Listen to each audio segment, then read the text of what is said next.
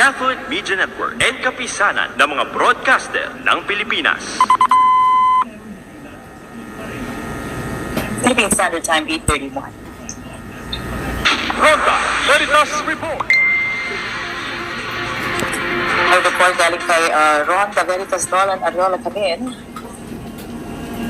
Maraming salamat mga kapanalig. Nagpaalala ang Intellectual Property Office of the Philippines sa lahat ng mga kumakandidato sa nalalapit na halalan na respeto ang property rights ng mga rights holders at mga artists alinsunod sa paggawa ng campaign jingles.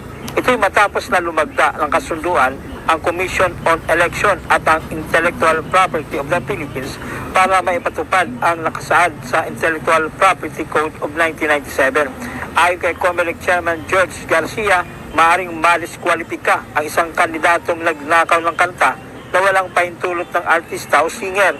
Sa tuwing panahon ng eleksyon, bahagi ng campaign strategy ang paggamit ng mga kandidato ng mga campaign jingles na kalimitang nagiging very catchy o madaling kantay ng mga tao, bata man o matanda.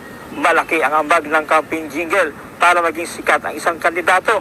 Karaniwang pinapalitan lamang ilang salita sa lyrics para sumalamin ang personalidad ng isang kandidato.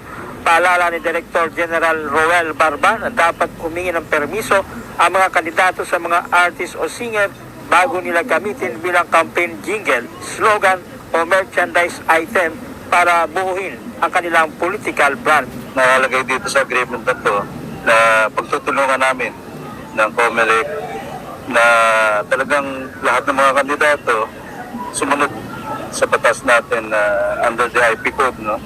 Na kailangan kumuha sila ng permiso o kaya yan, may kabayaran yung mga artist natin bago nila magamit yung mga kanta. Pinig ni Attorney Barba.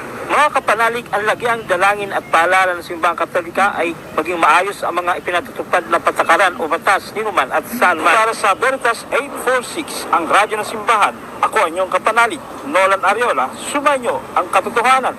Ronda Veritas Report. Barangay Simbayanan.